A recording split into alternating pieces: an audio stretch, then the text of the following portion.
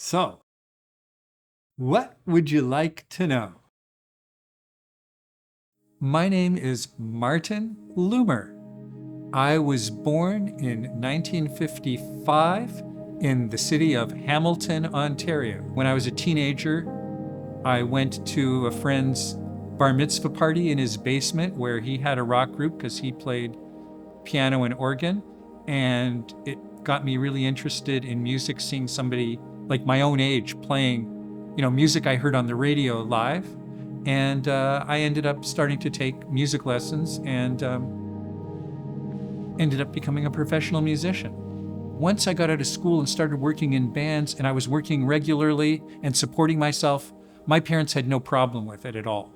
They started coming out to the clubs where I was playing, even the grottiest bars in downtown Toronto, places like, the Hotel Isabella, the Brunswick House. They were regulars there. They got to be friends with the other musicians. They would show up on one of the saxophone players' birthdays with a cake.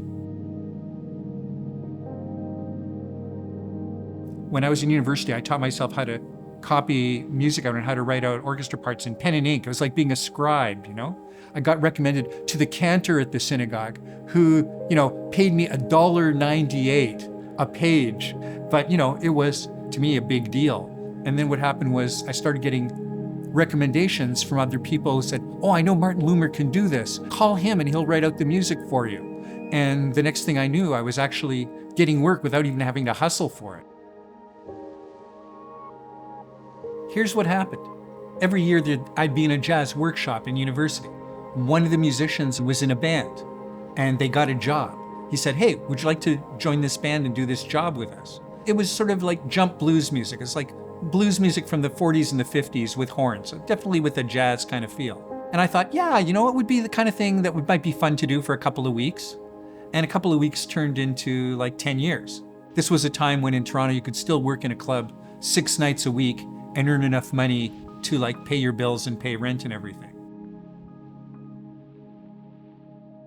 I ended up to connect with the great soprano saxophone jazz musician Jim Galloway. Jim was looking to form a repertory jazz orchestra, but he didn't have anyone to write the music. But then the jazz disc jockey Ted O'Reilly booked us a job at the Ontario Science Centre. And all of a sudden, there was Jim and I with a concert booked and no band. So that's when I started writing music. To be honest, I was so scared I was going to screw it up and it was going to sound terrible that after I got the first 3 arrangements done and the parts written out and everything, I took them to another band that was rehearsing on Sunday mornings above a music store and got them to play the arrangements first. But they play them and they go, oh, that sounds pretty good. Do you mind if we play it through one more time? And it was like then I'm going, okay, I got this. I sort of have a basic understanding of how this works. But it changed the direction of my life, and I spent the next 25 years basically doing that.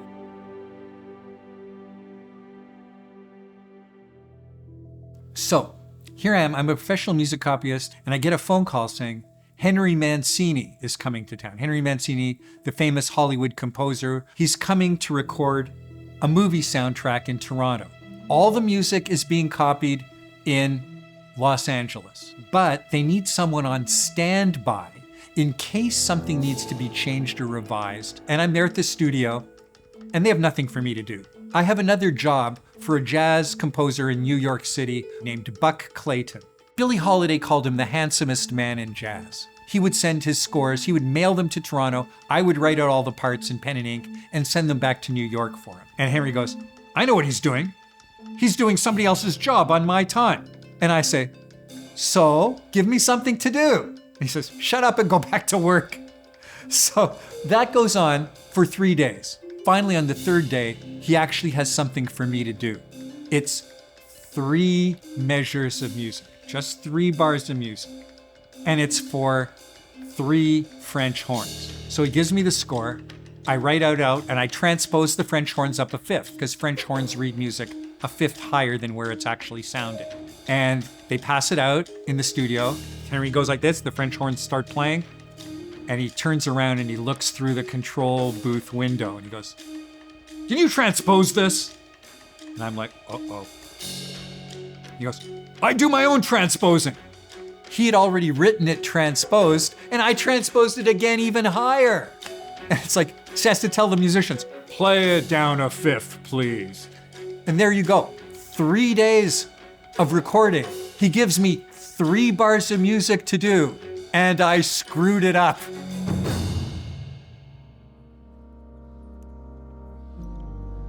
I became friends with a guy named Merlin Williams. You know, we had 2 things that brought us together. One was we both liked to listen to The Goon Show, and the other thing was a love of the music of Duke Ellington. And that's how the Orange Devils came to be. I came actually to hear the Monarch Tavern, and I came in and I saw they had a grand piano. And not only when I tried it out did it work, all the keys worked, it was actually in tune. So I was going like, wow, this could be a place where the big band could play, and they already have a proper piano. Let's give it a try and for maybe 3 or 4 months and see if anybody shows up, and then we'll reevaluate. But people started showing up right away. A friend of a friend knew somebody who was a swing dancer. So he came with a couple of friends and they loved it. And then the next month when we played here again, there were 8 swing dancers came out. And one of them had been an international swing dance instructor. And she was like, holy crap, this band is amazing. How long has this been going on and why didn't I know about it? So the next month, there was twice as many dancers. And then it got to the point where we had to split up the setup in the club here. So the front part here would be like the section with tables and chairs for all the older jazz fans that came because they wanted to hear this music. It's like the music of their youth. And then the back half of the club, from about where you are to the door, would be opened up, no tables, and that's where people could dance. It's just like, I'm pretty sure if you had gone to the Savoy Ballroom back in the 30s, same kind of thing. I'm in favor of all of it, because the music that we play is essentially black big band music from the 1930s and 40s. And that music was basically written for dancing.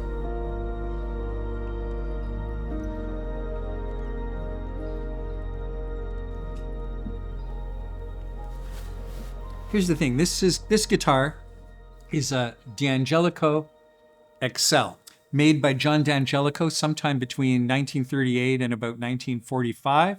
It's one of a rare set of handmade guitars that he made in his lifetime, 1,152 guitars, something like that. It's the sound of the 1930s to me, when rhythm guitar was like just that. It was rhythm guitar and it was acoustic, meant to blend in with the double bass and sort of give a total harmonic foundation. So I don't really worry about whether I'm heard in the band as much as am I felt. It's the sound of just a rhythm guitar going.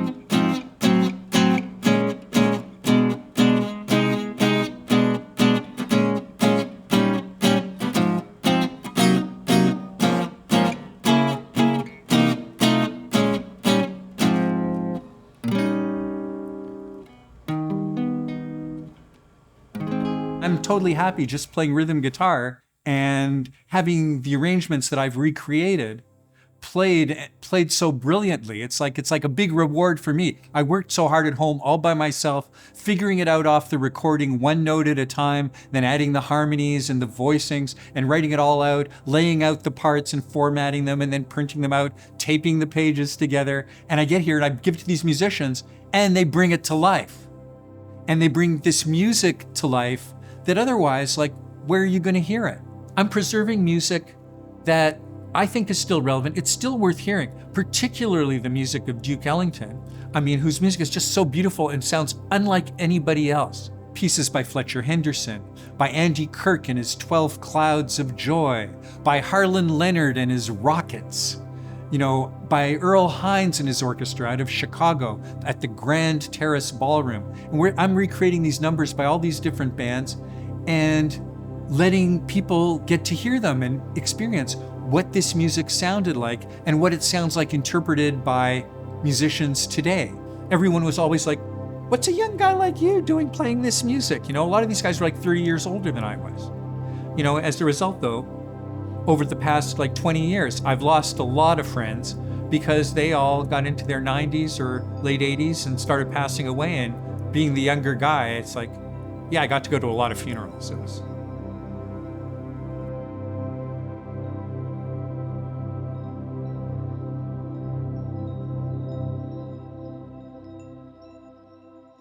I met my wife in 1987, and phoned her up the very next day after meeting her and asked her out on a date. It was one of those kind of things. We met in November.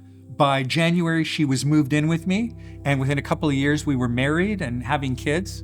And we would pass this men's clothing store on Bloor Street near Bathurst at the time, and they had an orange leather jacket in the window. I fell in love with this jacket, but I wasn't going to spend $400 on a jacket. I had a family now to support and everything, right? And then my wife ended up secretly saving up money, and she bought me the jacket. And then later on in a trip to Kensington Market, my wife spotted an orange fedora and insisted I buy it on the spot to go with the jacket. I'm riding my bicycle down the street and a woman's going like, "Hey, it's the Orange Sinatra." And so the next thing I know, I have a reputation for, oh, he's that guy who always wears orange. And people start giving me orange things. The next thing I know, I've got orange socks, I've got an orange wallet. So when it came time to name a band, we're talking about a 1930s band, and one of the seminal bands that ultimately became Count Basie's orchestra was Walter Page's Blue Devils.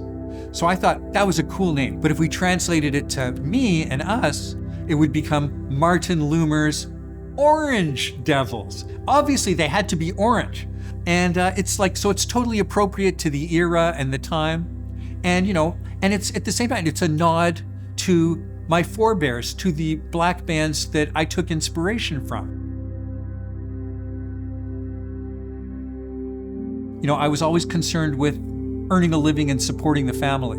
Even if I had a gut feeling that I got called for a job and it was a bad idea to take the job, I would always say yes anyways, because I felt I had a responsibility, because I was working so much, preparing music at that point and less playing in clubs 6 nights a week anymore. It also meant I got to do my fair share of just childcare, I definitely changed my share of diapers, for sure. I got really good. By the third kid, it was like, I have 3 daughters. By the time when people were saying to me, "Oh, are you disappointed it's another daughter and you didn't have a son?" And I'm going like, "No, we already have the clothes. I already know which side of the tights is the front. I've got this down finally. I'm so glad it's another girl." At this point in my life, I actually feel like all the real things I aspired to or wanted to do mainly came true. I got to have a family. I got what I wanted out of music. The thing I wanted the most was to have the respect of my peers. When I heard through the grapevine that the great composer-arranger Phil Nimmons had told his daughter, "Yeah, Martin Loomer, oh yeah, he's a good arranger." I was like, Phil said that? Whatever you're doing, if the other people that are really good at it accept you, then you're the real deal. And that's what I wanted. And that actually came true for me. My big goal now is just mostly spending time with friends, spending times with my wife, Karen, and sometimes with my kids and stuff as well, and just enjoying life. That's what I want to do. And as well, if the Orange Devils can go out there and make some people happy and give them some good vibes once in a while, that's really wonderful too.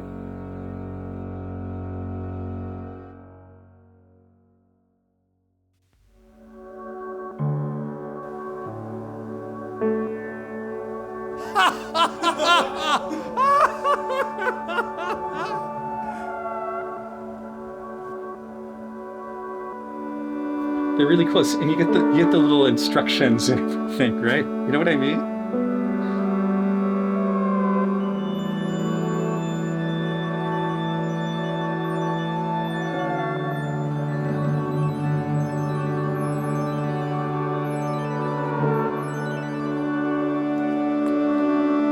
Man, I'm being waited on like hand and foot by the director. It's like I feel so freaking special.